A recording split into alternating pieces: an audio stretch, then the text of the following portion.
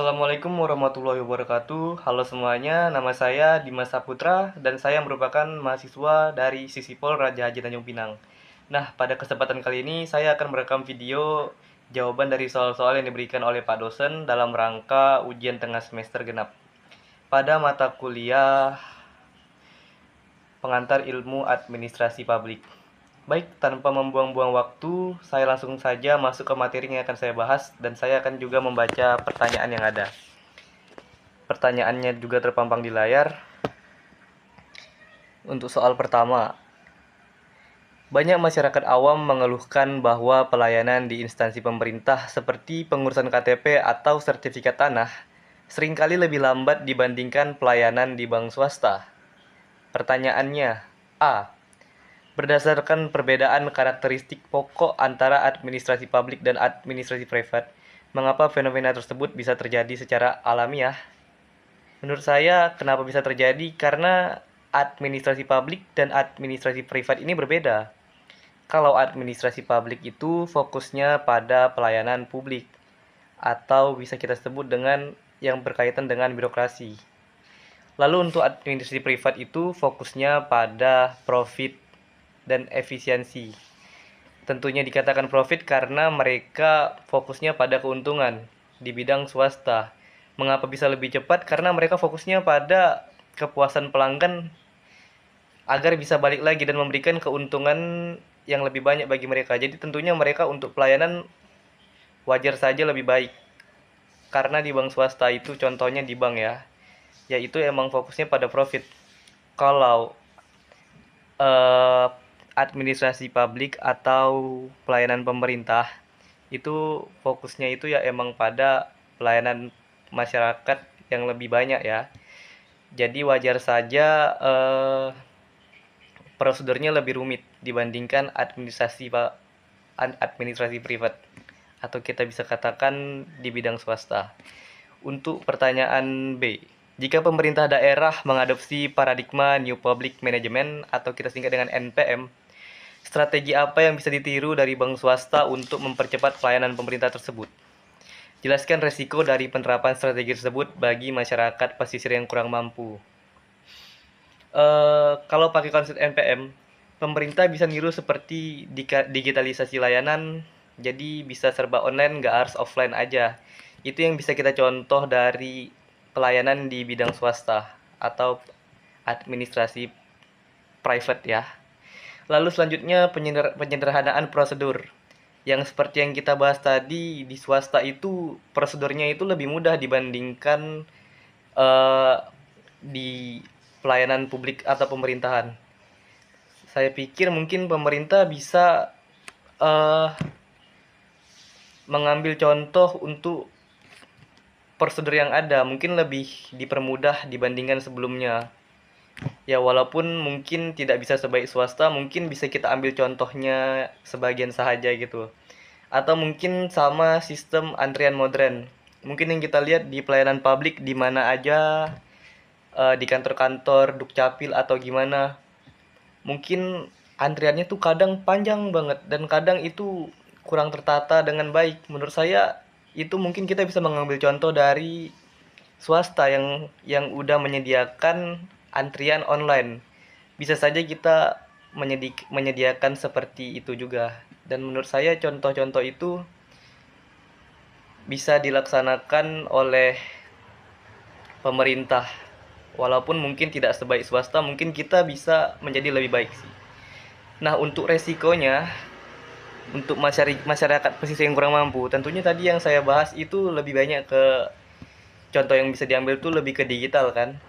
Kalau kita berbicara tentang digital, mungkin masyarakat pesisir itu mungkin bisa kesulitan karena nggak semuanya itu punya akses internet, atau mungkin mereka nggak semuanya paham teknologi, apalagi orang-orang yang sudah berumur di usia atas. Jadi mungkin dengan adanya sistem online ini bisa saja masyarakat pesisir itu beresiko semakin tertinggal. Ada gap yang semakin jauh. Baik, untuk soal selanjutnya, soal nomor 2.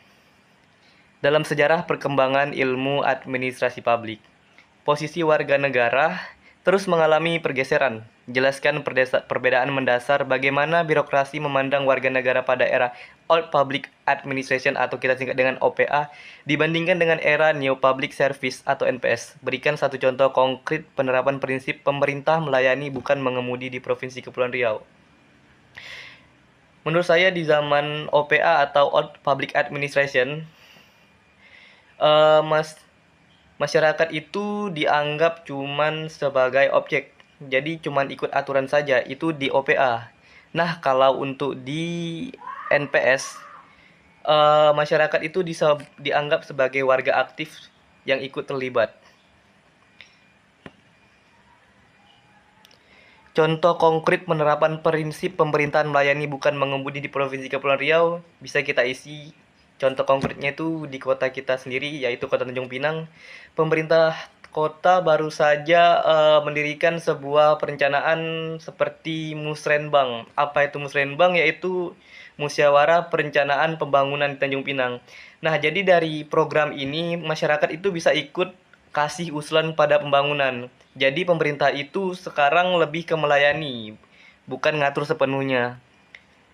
Saya kira itu mungkin contoh yang paling konkret. Dan saya kira perencanaan ini bagus untuk kemajuan Kota Tanjung Pinang berkelanjutan. Baik, kita lanjut ke soal selanjutnya, yaitu soal nomor 3. Wah, cukup panjang ini ya. Pak Hasan adalah seorang nelayan tradisional yang tinggal di sebuah pulau kecil di Kabupaten Lingga.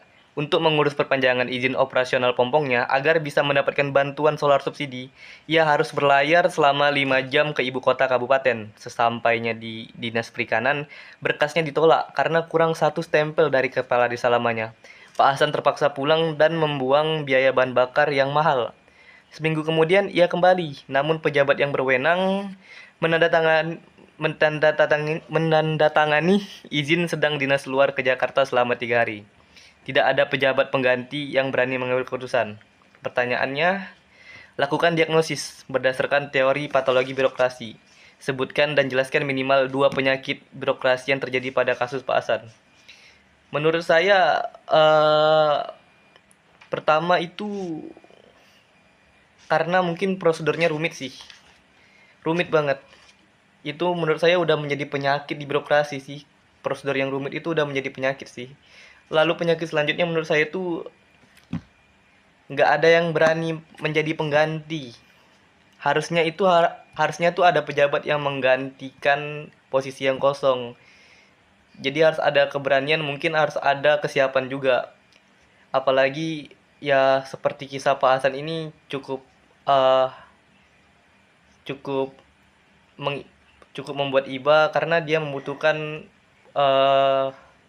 membutuhkan banyak hal untuk sampai ke ibu kota, namun kedatangannya itu sia-sia. Nah, penyakit selanjutnya menurut saya itu pemerintah itu kurang peka sama kondisi daerah kepulauan yang jauh. Harusnya itu ada namanya kepekaan. Dengan tadi yang kita tahu, contohnya di Kabupaten Lingga yang merupakan daerahnya banyak kepulauan dan akses-aksesnya itu terbatas. Harusnya pemerintah itu lebih peka. Nah, seperti yang saya katakan tadi, mungkin bisa menyediakan pengganti pengganti pengganti atau yang mewakili dari posisi yang tidak hadir gitu. Jadi mungkin masyarakat bisa mendapatkan layanan yang lebih baik. Lalu selanjutnya, sebagai seorang analisis administrasi publik, inovasi apa yang Anda rekomendasikan kepada bupati setempat untuk menyembuhkan penyakit birokrasi tersebut, mengingat tantangan geografis Kepulauan Riau?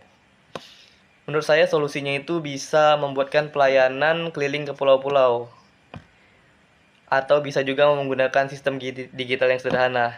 Mengingat mungkin kurangnya paham teknologi, mungkin kita bisa membuat yang lebih sederhana.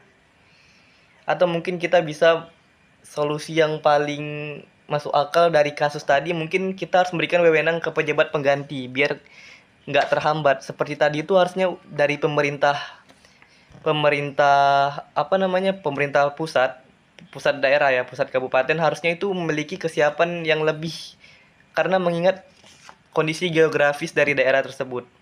Jadi menurut saya solusinya yang saya berikan itu saja sih.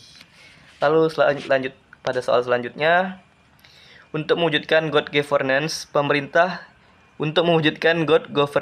pemerintah tidak bisa bekerja sendiri dan harus bersinergi dengan swasta dan masyarakat sipil.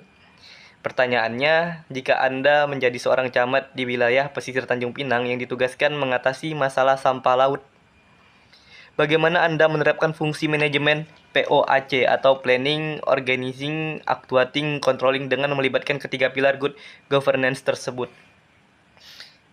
Kalau semisalnya saya diberi mandat menjadi seorang camat, perencanaan saya itu mungkin saya akan membuat perencanaan penanganan sampah laut.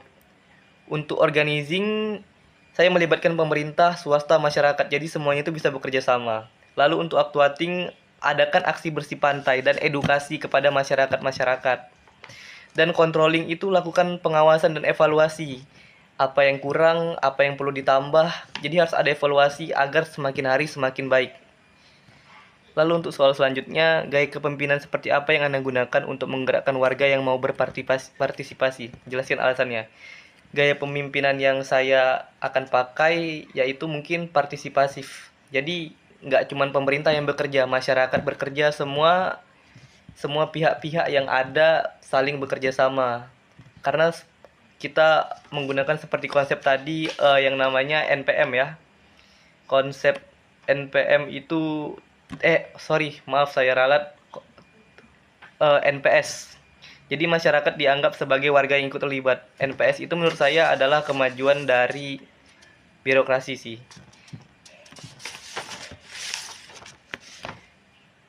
Jadi dengan adanya gaya kepemimpinan yang saya pakai itu partisipatif dan transformasional, biar masyarakat itu bisa ikut sadar dan mau terlibat. Jadi bukan mau disuruh-suruh pemerintah aja. Jadi semua pihak terlibat, bekerja sama, dan kita tahu di mana kurangnya dan semuanya itu harus bisa dikolaborasikan dari pemerintah dan masyarakat dengan baik. Baik, sekian mungkin jawaban dari saya. Mohon maaf jika ada kekurangan. Saya tutup dengan billahi taufiq wal hidayah. Assalamualaikum warahmatullahi wabarakatuh.